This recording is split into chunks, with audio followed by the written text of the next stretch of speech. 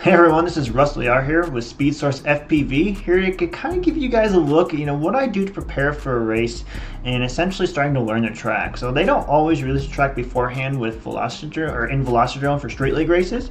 Sometimes they do. I know there's a lot of back and forth. What's the better way to do it? I don't think it really matters. Whether they release it beforehand or they wait, or you just find out the track when you get there, it's going to be the same people on top of the podium. I honestly prefer it this way because I think it's good to be able to learn a track and actually go to the track and fly it rather than learning a track and wasting packs while you're there.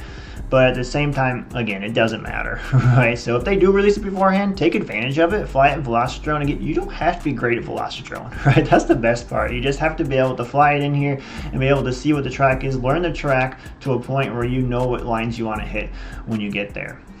So I've already flown this before, so I know what the track is, but essentially I'm going to kind of walk you guys through what I'm looking at when I find this track and seeing how I'm going to pick up the lines and start practicing those lines when I get to Citrus Springs here coming this weekend, actually. So you got the start set up over here. I don't know if they're going to start over here. They probably won't. They usually start closer to the tent, but it doesn't matter. Wherever the start is, go in there, go around the flag, whatever, go to the gate. Make sure you kind of have a plan. The start is very important. So if you're already in the Elite 8, right, maybe start a little slower and maybe, save some time. Make sure you space yourself out so you don't get midair and lose precious points, right? At the same time, if you're not in the Elite 8, you might need to push a little bit harder and, save some time, because when you get timed in, you get timed against everyone, right? And that's your whole time. It's not just your three laps. It's right from when the tone goes to where you finish, right? So come out there, and if you need to launch hard, try and get in front of everyone. Maybe use a boost.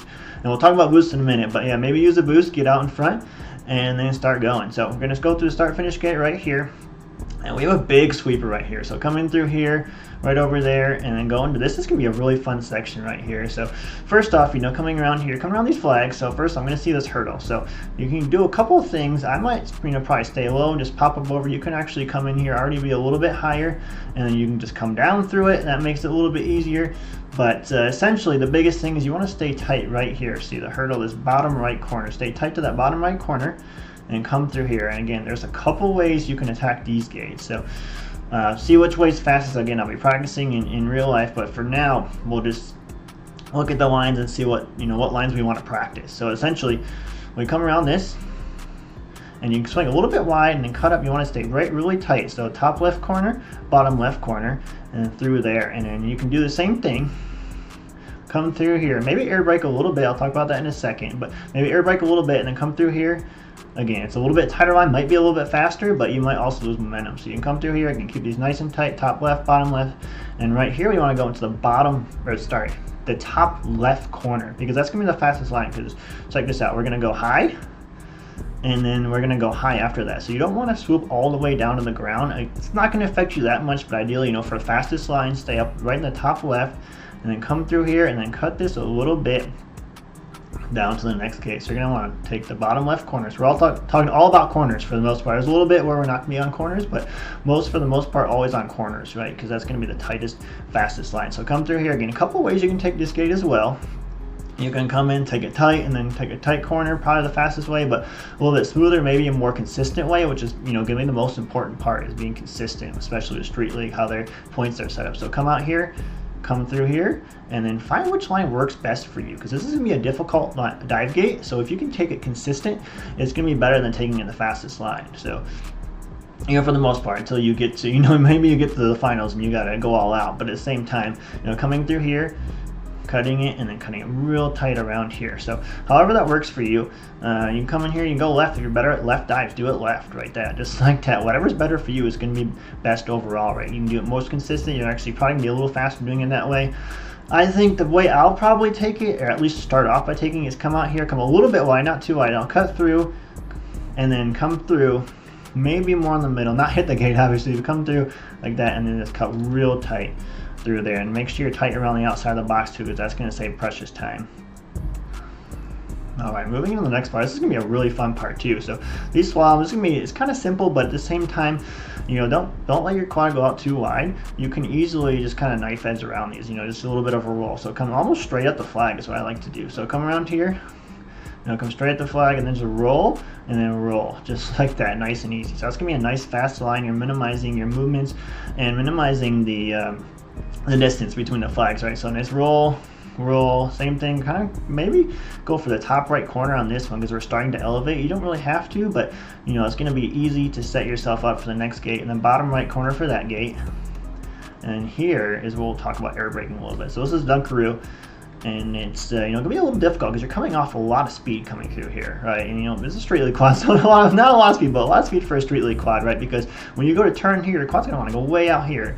And in Velocidrone, I think it feels a little bit tighter. I don't think they drift as much as they do in real life, at least from my experience. It's all a little bit subjective, right, by feel. But come in here and you can do a little bit of air brake. So what that means to air brake is you come in here, lift, pitch your quad back a little bit as you're letting off the throttle, and what that's going to do is going to slow your quad down, but it's also going to help you keep your altitude. So this takes a little bit of practice. It's kind of a perfected move. It's what you see a lot of the fast guys do, especially in open class racing. See in street league racing as well too. You can also come in here, just roll real hard and get your quad kind of backwards, so you can have the propellers work opposite and then slow the quad down rather than air braking as much. I don't know what's going to be the fastest. We'll have to try each way and find out, but I think air braking usually sets it up. It's a little bit easier to control, I think, once you figure it out, than just blindly coming into the corner. You probably have to do a little bit of air brake and then turn hard, so you're kind of entering a little bit blind, and do it just like that, nice and tight. So you want to stay around this flag and go top right corner, just like that. So again, we'll practice that and see what line is faster. I'll try and do a video for you guys at the track and show you what's going through my head when I'm practicing going through each of these moves. But essentially, that's what I'm going to be looking at. So come around this flag nice and tight, and this is going to be probably a little bit more difficult gate because you're going to want to reverse entry into it a little bit, right? So you can do a little bit air brake, reverse entry. You want to keep that nice and tight, kind of just like that, and look for all the corners. So the fastest way is going to be difficult. And again, you don't always have to be hitting corners. Not everyone's going to be perfect, but it does help if you're aiming for those corners and make sure you're getting nice and consistent. Again, if you're hitting stuff, maybe back off a little bit and then make sure you get your lines as tight as possible without hitting things, but at the same time keep practicing that. But again, consistency is key, right? So make sure you're consistent. So coming around here, I'm gonna come in a little bit reverse and then keep these nice and tight without hitting it again, right? So nice and tight. So what we're gonna do is we're gonna go bottom right all the way around, then bottom left, or top left rather, and then top left, so as tight as you can get it. So I wish I could draw it up for you guys. Probably could if I used the lines in Velocidrone, but I'm just going to show you guys. I think you guys understand. If not, just shoot me a message and I'll tell you what's going on here, what's going through my head. But essentially, again, if you come in here hot, you're going to blow it out and then go through the corner, and then you're probably going to lose some time. So if you need to, slow up a little bit and make sure you get this as tight as possible, because slowing down a little bit and making sure your lines are tight is a lot better than going in there hard and blowing it out, right? You're going to lose a lot of time that way. So make sure it's nice and tight and then go right through there. So that's going to be a good gate for making time up and passing people too. So make sure you practice that one, get that one down at the track.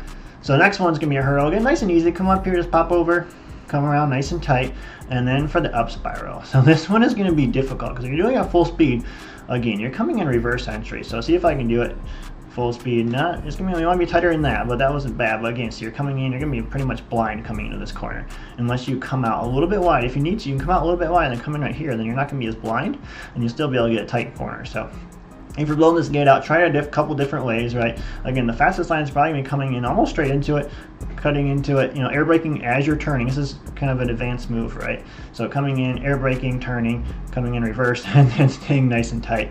So the biggest part is, trying to keep these, again, as tight as possible. Do what's best for you, again, because if you're tight, and that's going to be faster than blowing it out, and even if you have to come in a little bit slower or come in a little bit wider.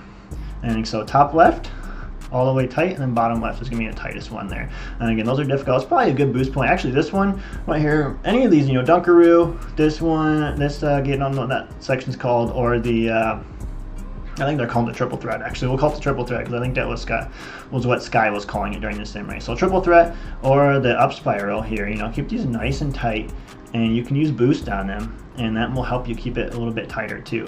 But again, remember, there's other sections of the track people are going to be using boost too, so Boost can be used strategically. Some people use them all off the line.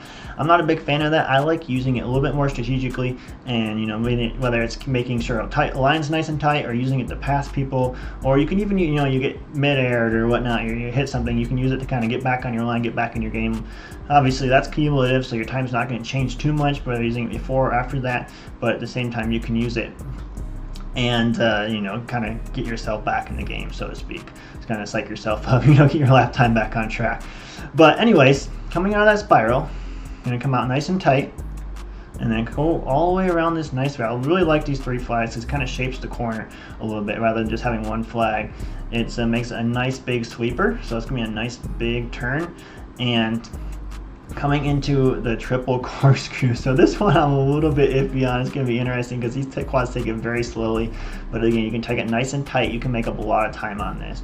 And this is another place you can, this might be the best place to use boost. I know this is where I'm like 99% sure this is where Hyper was using his boost. I think he was boosting around this point right here, and then kind of going into it and using that extra speed to keep this nice and tight in the sim race. So you can do that, and it's a little bit different in real life. I probably wouldn't use the boost that early. I'll have to test that. I would probably wait, air brake, get on the throttle, and then use the boost, because it catches a little bit different. I feel like when you use the boost in the sim, it kind of jolts your quad a little bit. It's a little bit smoother in real life.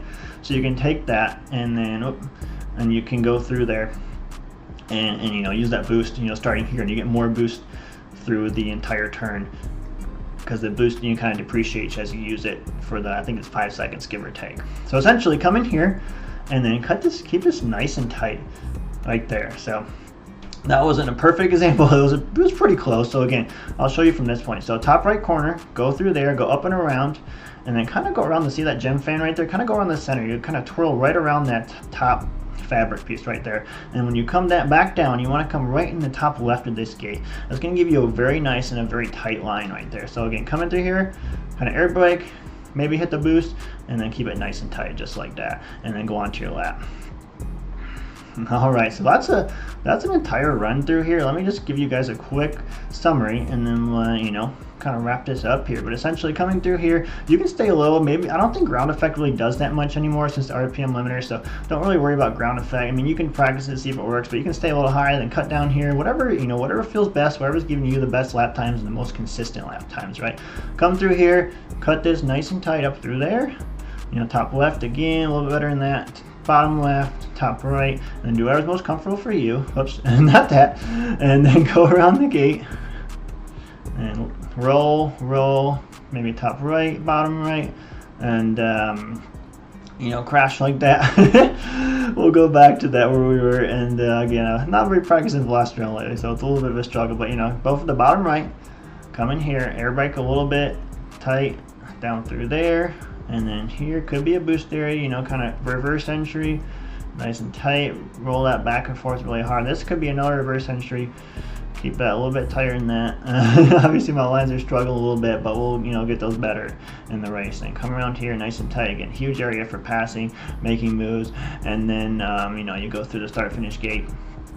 And that's a wrap right there. So again, this is the biggest thing about this it's not about being fast in Velocidrone, right? It's about making sure you can utilize Velocidrone and get the right lines to practice once you get to the real race. So, and obviously you can use this to practice your lines, or get tighter, or get, keep your thumbs warm, or get that muscle memory into your thumbs for the racing. But it really comes down to, I feel like there's a little bit different feel between Velocidrone and real life. So it's really about getting out there and practicing in real life, and getting getting your muscle memory build up on a real quad. So Velocidrone, great tool, utilize it, but at the same time, get out there, fly a real quad, and you can set up some of these gates, get a couple gates, set up the triple corkscrew like you can see here, or set up the triple thread over there, an up spiral, something like that, and just get practicing and just get used to these lines and running these lines, and then you get better and better.